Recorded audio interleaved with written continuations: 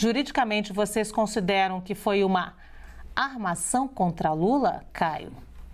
Claro que não, né, Lu? Muito boa tarde, Zé Eduardo, boa tarde à nossa audiência. Eu queria começar fazendo, na verdade, um alerta aí à nossa audiência para que ela filtrasse a notícia e, inclusive, o entusiasmo de certos setores da imprensa ao repercuti-la, né? Quando a gente fala sobre raciocínio lógico, a gente tem as falácias, né? E tem falácias que aí, pelo seu uso excessivo, elas são consagradas, inclusive algumas em expressões latinas. Uma dessas falácias é a falácia do apelo à autoridade, né? Então, é o que se chama aí de argumento magister dixit, né? O que o mestre disse. Então, esse é o alerta, para a gente não tomar como verdade uma afirmação com potencial de ser falsa só porque ela foi proferida por uma autoridade pública. E nesse mesmo sentido, né, a lição valiosa da Margaret Thatcher, né, ex-premier britânica, que ela diz o seguinte: ser democrático não é suficiente. A maioria, ou o sistema, ou as elites, ou mesmo as instituições, ninguém tem o poder de transformar o que está errado em certo. Para serem consideradas verdadeiramente livres, os povos, os países devem ter um profundo amor pela liberdade e um respeito permanente pelo Estado de Direito. Fecha aspas. Por que eu disse isso? Porque agora essa notícia está sendo repercutida. Mas se nós quiséssemos aí usar falas, decisões, votos de outros ministros para defender o ponto diametralmente oposto, nós também conseguiríamos. Eu sempre cito aqui que o ministro Gilmar Mendes, lá pelos idos de 2015 e 2016, em entrevista ao Jornal Nacional, disse que o método de governança do PT era um método de governança corrupta. Ele se referiu ao governo petista como uma cleptocracia. Ele disse que o PT teria ilegalmente se abastecido de fundos fruto de corrupção para se perpetuar no poder até a década de 2030. Da mesma forma, o ministro Marco Aurélio Mello disse que jamais poderia votar em um candidato, se referindo a Lula da Silva, que foi condenado por crimes contra o erário público e vocalizou que Lula não foi absolvido pelo STF. E, principalmente, agora endereçando a frase, né, do ministro Dias Toffoli. Ele se referiu à Lava Jato como um dos maiores erros judiciários da história do país, como se tudo fosse uma grande conspiração, como se os cofres públicos tivessem recuperado mais de 10 bilhões de reais a partir de uma fantasia, como se os empresários mais poderosos do país, tivessem confessado crimes por causa de uma construção imaginária. Isso é tão risível, é tão absurdo, que eu cito aqui uma aspas do ministro Luiz Roberto Barroso. Uma conspiração que precisaria de um juiz, 3 desembargadores do Tribunal Regional Federal da 4ª Região e de 5 ministros do Tribunal Superior de Justiça, do Superior Tribunal de Justiça. E ele dá risada, ele diz o seguinte: erro eu já vi muito, mas essa teoria conspiratória eu não identificaria. É natural. Então, assim, o que está sendo construído é uma grande narrativa e é uma pena ver o estado das coisas e a gente vê um movimento legítimo de combate à corrupção ser varrido para debaixo do tapete, isentando corruptos e corruptores. Muito bem, Zé Eduardo, juridicamente você considera que foi uma armação contra Lula?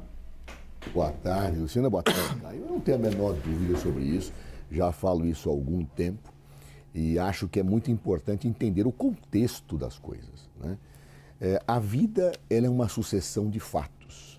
Os fatos não param. Aliás, se os fatos parassem, talvez na Universidade de Salamanca nós estaríamos ainda dizendo que o mundo não é redondo, porque os sábios disseram isto, não é? Aqueles sábios, se estivessem vivos hoje, seguramente diziam, puxa, estávamos enganados. É o que acontece exatamente hoje, no momento em que tudo vem à tona. E por que tudo vem à tona dessa forma? Como é que funcionam os processos? As investigações, elas são feitas por promotores, por juiz em primeira instância. Eles coletam as provas. Os magistrados que apreciam a partir daí o que aconteceu, não coletaram as provas. As provas foram coletadas. Se eventualmente o magistrado, o promotor, combinam artimanhas, usam estratégias absolutamente abusivas, distorcendo as provas coletadas, o que o juiz recebe depois é um conjunto de provas desvirtuadas.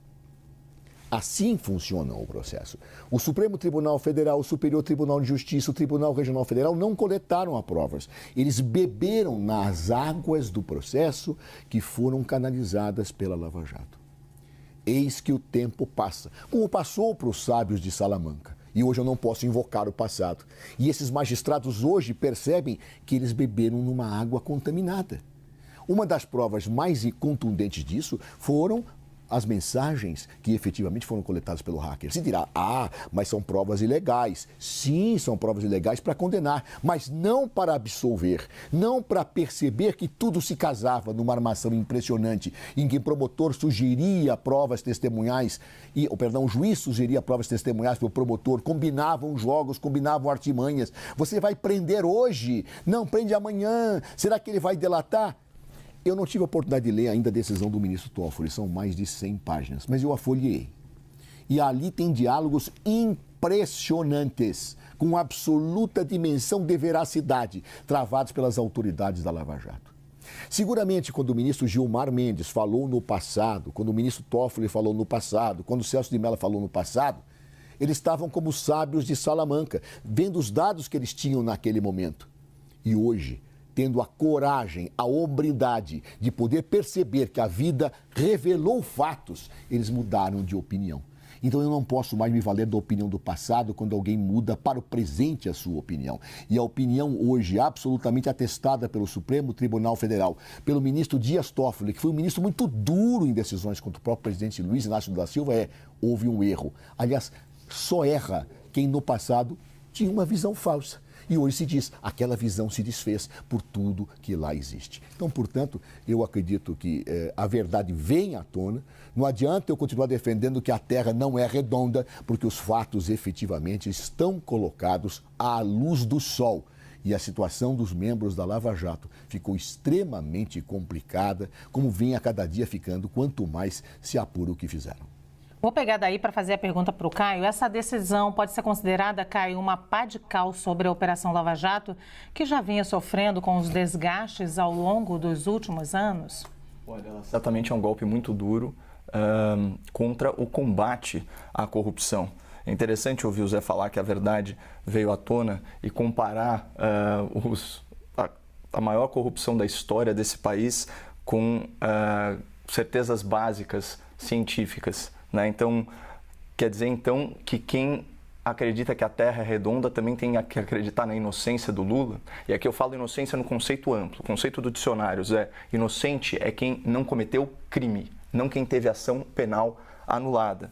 E falando inclusive sobre provas desvirtuadas, a única prova desvirtuada no âmbito da Lava Jato, essas sim foram as mensagens ilegalmente, criminosamente hackeadas, que serviram aí pelo menos de caldo de cultura para ensejar verdadeiras arbitrariedades que não absolveram Lula. Lula nunca foi absolvido, não foi examinado o mérito da questão. E sabe por quê? Porque o exame das provas se encerra na segunda instância.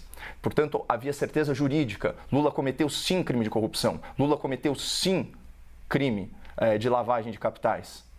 Isso é decisão judicial. Agora, depois essas ações penais foram anuladas, com base em alegados vícios processuais. Mas não houve absolvição, ao contrário do que é proferido. Eu queria lembrar também, né, falando assim, o ministro Dias Toffoli, vamos pegar um pouquinho o contexto de quem é o ministro Dias Toffoli, e aqui, obviamente, né, já para me isentar, vou usar aqui as palavras de editorial do Estado de São Paulo. Aspas. O curto caminho que o advogado-geral da União, José Antônio Dias Toffoli, trilhou desde o início da sua carreira até chegar ao Supremo Tribunal Federal, esteve sempre ligado ao PT, em especial ao presidente Luiz Inácio Lula da Silva e ao ex-ministro José Dirceu, ambos condenados por corrupção. No caso Zé Dirceu, as ações não foram anuladas. Integrante da tropa de choque do PT na oposição, era um dos advogados que pensavam as manobras regimentais que o PT usava para obstruir votações no Congresso Congresso e responsável por sugerir emendas contra projetos de interesse do governo Fernando Henrique Cardoso, consultor jurídico da CUT, a Central Única dos Trabalhadores, assessor parlamentar na Assembleia Legislativa de São Paulo, assessor da liderança do PT na Câmara dos Deputados, foi advogado de Lula nas campanhas presidenciais de 98, 2002 e 2006, quando ganhou sua confiança.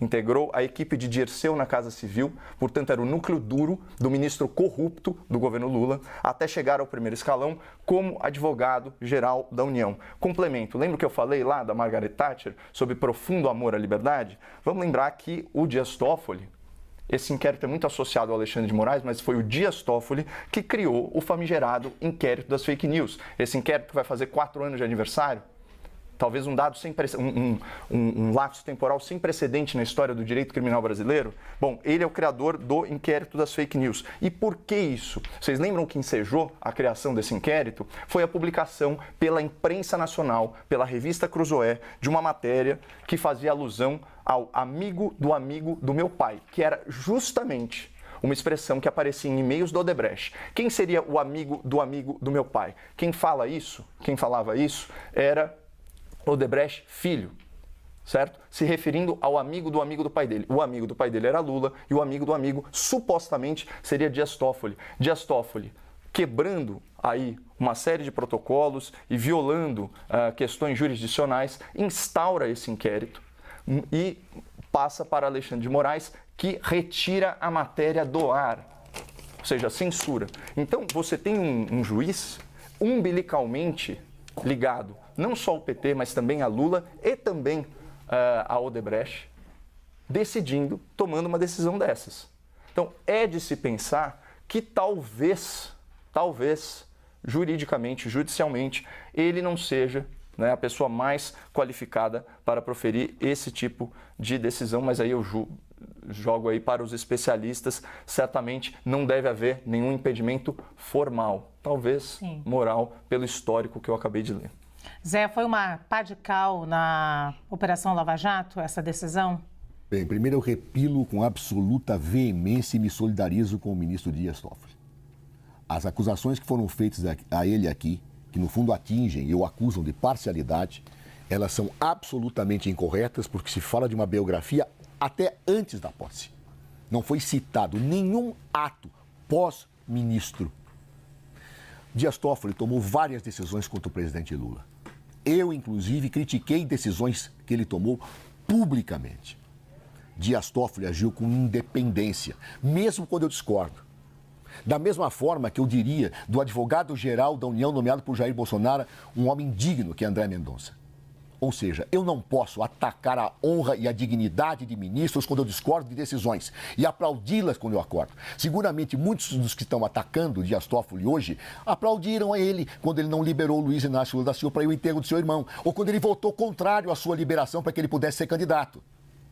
Ou seja, eu não posso fazer isso com a dignidade das pessoas, eu me solidarizo com vigor com o ministro Dias Toffoli. Ele é um ministro correto, mesmo quando eu discordo dele. Não se pode fazer isso com as pessoas. Acho incorreto, acho errado. Discutamos ideias, mas não atinjamos as ideias a partir de atingir a credibilidade das pessoas. Acho isso péssimo, acho isso horrível, não só para ministro da Suprema Corte, mas em geral contra qualquer pessoa no país. Não é assim no Estado de Direito. Discutamos ideias e não tentamos atingir a imagem do mensageiro, acusando-o de parcialidade, sem atacar a ideia que efetivamente ele coloca. Mas, se o Caio me permite, houve um erro conceitual no teu conceito de inocência, Caio. Basta ler a Constituição brasileira que inocência não é aquele que não cometeu o crime. Inocência, segundo a Constituição, é aquele que não teve sentença transitada em julgado. Por favor. Esse é o conceito jurídico. Quem não cometeu crime você pode achar que alguém cometeu, eu acho que alguém cometeu, esta pessoa, até que ocorra o trânsito em julgado no Estado de Direito, é inocente. Esse é o conceito jurídico penal de inocência. E não aquele conceito que eu quero, dizendo Jair Bolsonaro é inocente. Aí me interessa falar que não teve trânsito em julgado. Lula é inocente, mesmo tendo o processo anulado. Não. Há um critério para definir a inocência de Jair Bolsonaro, de Lula, dos meus amigos, dos meus inimigos. É trânsito em julgado. Assim diz a sentença, assim diz a Constituição, assim diz o Supremo Tribunal Federal, que é o órgão máximo do judiciário desse país, tem que ser respeitado, mesmo quando não decida aquilo que eu quero. É assim que se age numa democracia. E não atingindo pessoas efetivamente pelo fato de eu não gostar do seu passado e não analisar a sua conduta no presente nem analisar suas decisões. Fosse assim, eu estaria criticando duramente o ministro André Mendonça, porque ele foi advogado-geral da União da mesma forma que Toffoli foi de Jair Bolsonaro. Toma decisões que eu não concordo, toma decisões que eu concordo, mas é um homem sério, um homem digno e, como tal, tem que ser respeitado. Eu acho que nós temos que perder um pouco essa mania de atingir pessoas desta forma, especialmente autoridades públicas, que tomam decisões fundamentadas. Eu não li a decisão do Dias Toffoli, não tive tempo, cheguei agora de viagem. Mas são 120 páginas que eu folhei muito bem fundamentadas. E mais, quero dizer o seguinte, Caio, de fato, Lula teve seus processos anulados por suspeição. Agora se avança. Nessa decisão do Dias Toffoli, mostra não só a suspeição, mas mostra-se que um juiz suspeito articulou dolosamente para conseguir eleger aquele, não sei se está nisso, mas agora é dedução minha, para eleger Jair Bolsonaro, tirando o Lula da disputa. Isto é fato. Quando ele divulgou, por exemplo, a delação do Palocci, não poderia tê-lo feito. Não poderia tê-lo feito, a lei não permite. Agiu com abuso de poder. E vi que Toffoli cita essa situação na sua decisão, dentre tantas outras. Então, por favor, vamos respeitar a democracia, vamos criticar decisões, mas nunca, jamais atingir reputações, assassinar reputações, mesmo daqueles com quem nós não gostamos de conviver ou de ver em cargos públicos. Assim é a democracia. Numa ditadura, aniquilam-se as pessoas para acabar com as ideias. Na democracia, respeitam-se as pessoas para se combater as ideias. Caio Coppola e Zé Eduardo Cardoso, a gente vai continuar esse debate, mas amanhã, porque... Eu fui acusado aqui publicamente de fazer uma imputação 30 segundinhos agora para cada um, então. Qual acusação que eu fiz à honra do ministro? Eu li dados biográficos e critiquei uma decisão com base em argumentação do Ministério Público. Zé, de verdade, se a gente vai perder a mania de atacar as pessoas, comece perdendo a sua mania de me atacar. Eu não fiz nenhuma ilação. Eu li um editorial do Estado de São Paulo apenas com dados biográficos. E, claro, a ideia que eu estou discutindo é uma ideia ampla de suspeição. E não ponha palavras na minha boca. Eu falei de forma muito clara que era inocência no seu sentido amplo, citando a definição do dicionário que eu repito aqui para o senhor. Inocente. Que ou aquele que não cometeu crime. Não tem a ver com a discussão penal. A discussão penal está esgotada. Não é assim mesmo? Eu não estou falando disso. Agora, é muito possível a pessoa ter cometido crime e o Estado ter perdido o direito de persecução penal. O crime pode ter prescrito, por exemplo. Cometeu o crime, mas o Estado não pode mais persegui-lo. Cometeu o crime, mas a ação penal foi anulada. Então, eu nunca disse isso. Eu não estou fazendo confusão sobre nada. E, de novo, não reconheço nenhuma ofensa pessoal ao ministro, a não ser que ler a sua biografia seja uma ofensa. Um minutinho só, Zé, para você. Em primeiro lugar, Caio, eu não aceito que ninguém fale de forma imperativa comigo. Nem meus pais fariam mais isso. Não aceito que você fale, não ponha nas minhas bocas. Ou na minha boca, perdão. Você pode dizer, discordo, você está errado, mas não ponha, não me dê ordens, Caio. Você não manda em mim, você é igual a mim. Segundo lugar, é importante ter claro ainda que você leu uma biografia parcial de Dias Toffoli antiga. Você não leu o que a biografia dele como ministro do Supremo Tribunal Federal. Esqueceu de ler. E ao fazer isso, eu não te acusei, Caio. Eu não falei que você é isto, aquilo outro, que é suspeito. Não me dirigi a você, me dirigi às suas ideias. Sabe por quê, Caio? Porque eu me dirijo às ideias. Eu acho que toda pessoa que age de forma agressiva é um pedido de socorro quando não tem argumentos. E eu não ajo de forma agressiva, eu ajo de forma polida, eu ataco duramente argumentos. Eu não dirigi uma palavra a você.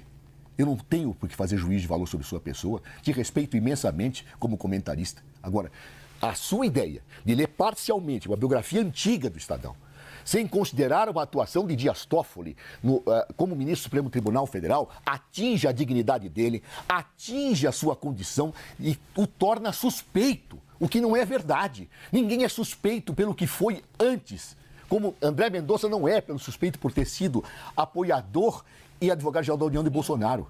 Não é assim que se avaliam as pessoas. Portanto, eu estou criticando a tua ideia, a tua pessoa, eu tenho em altíssima conta. Eu não atinjo mensageiros para atacar ideias.